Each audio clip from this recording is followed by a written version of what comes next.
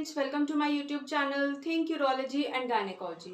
सो friends, काफ़ी सारे females को पीरियड से रिलेटेड प्रॉब्लम होती है। उनको पीरियड्स में बहुत ज़्यादा ब्लीडिंग आती है। अब उनको ये टेंशन होती है कि ये ब्लीडिंग ज़्यादा क्यों आ रही है, इसके लिए हमें क्या इलाज लेना चाहिए और हम कैसे पता करें कि ये ब्लीडिंग ज़्यादा हो रही है कि या फिर नॉर्मल है। तो आज इस वीडियो में हम जानते हैं कि आप कैसे पता करोगे कि आपको जो ब्लीडिंग हो रही है वो नॉर्मल है या फिर सिर्फ आपको ऐसा लग रहा है कि ये ज़्यादा है लेकिन वो नॉर्मल होती है। इसके क्या कारण होते हैं और इसका क्या इलाज होता है। तो सबसे पहले बात करते हैं कि नॉर्मल ब्लीडिंग कितनी होती है। देखिए, यूजली एक साइकिल में जो अमाउंट ऑफ ब्लड लॉस होता है वो 5 से 80 ml तक का होता है और साइकिल की लेंथ 5 से 7 डेज तक होती है। तो अगर कभी भी आपको 80 ml से ज़्यादा का ब्लड लॉस हो जाए या फिर आपको 7 डेज से ज़्यादा मेंसेस चले, उस केस में उसको बोलते हैं हम हैवी ब्लीडिंग यानी कि मेनोरेजिया। अब कैसे पता करें कि आपको ब्लड लॉस 80 ml से ज़्यादा हो रहा है या फिर उतना ही हो रहा है।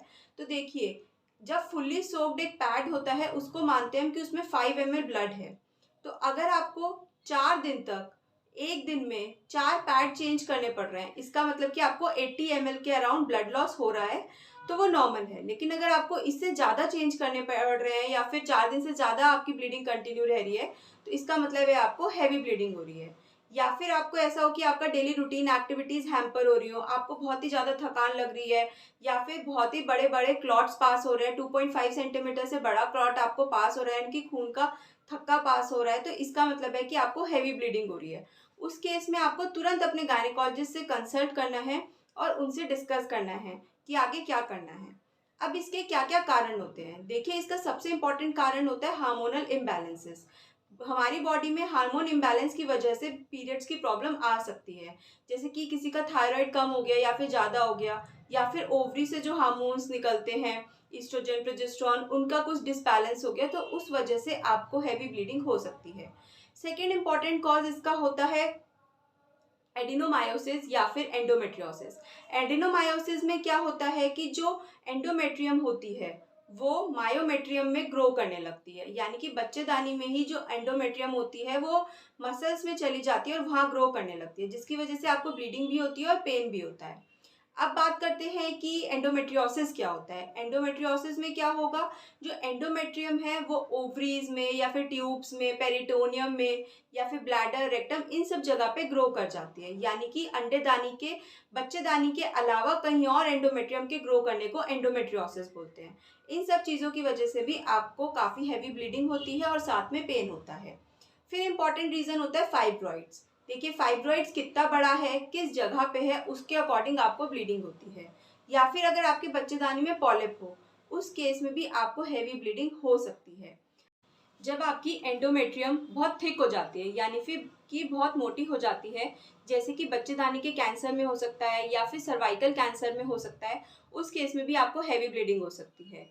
या फिर कई बार काफ़ी सारी फीमेल्स में देखा गया है कि जब हम कॉपर टी लगाते हैं तो कॉपर टी लगाने के बाद थोड़ी बहुत ब्लीडिंग होना तो नॉर्मल है, लेकिन कुछ लोगों में बहुत ज़्यादा हैवी ब्लीडिंग हो जाती है।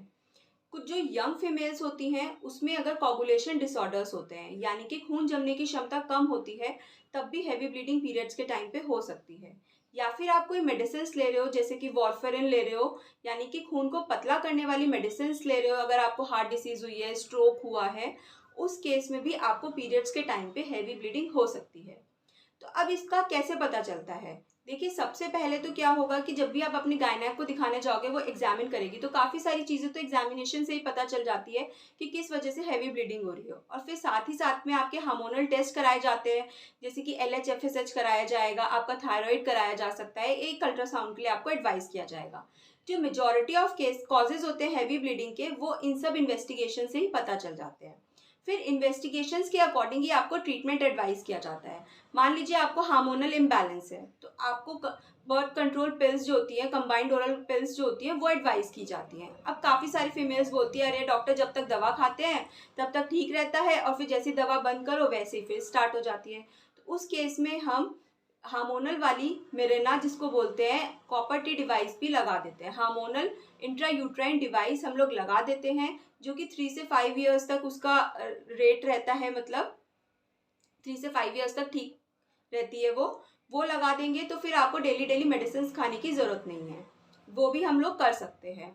और फिर क्या होता है कि जो आपका कॉज है, जैसे कि फाइब्रॉइड्स है, पॉलिप है, एंडोमेट्रियोसिस है, एडिनोमायोसिस है, तो उसके कॉज के अकॉर्डिंग बाकी आपको ट्रीटमेंट एडवाइस किया जाता है कि जो आपके लिए बेटर हो, जो आपकी एज के अकॉर्डिंग अप्रोप्रिएट ट्रीटमेंट हो, आपके सिम्टम्स के अकॉर्डिंग कि आपको कितनी हैवी ब्लीडिंग हो, उसके अकॉर्डिंग आपको ट्रीटमेंट दिया जाता है कि अगर फाइब्रॉइड छोटे साइज का है तो क्या मैनेजमेंट होगा, बड़े साइज का है तो हमें क्या करना है, तो उसके अकॉर्डिंग आपको अलग अलग ट्रीटमेंट एडवाइस किया जाता है। सो फ्रेंड्स, आज इस वीडियो में हमने जाना कि हैवी ब्लीडिंग के क्या कॉजेज हो सकते हैं, कैसे आपको पता चलता है कि आपको हैवी ब्लीडिंग हो रही है और आपको क्या ट्रीटमेंट लेना है। अगर आपको हमारी ये वीडियो अच्छी लगी हो तो हमारे चैनल को सब्सक्राइब करना ना भूलिए। हमारी इस वीडियो को अपने ढेर सारे फ्रेंड्स के साथ शेयर करिए। अगर आपको कोई भी डाउट है तो आप हमें कमेंट करके पूछ सकते हो। Thank you, bye bye.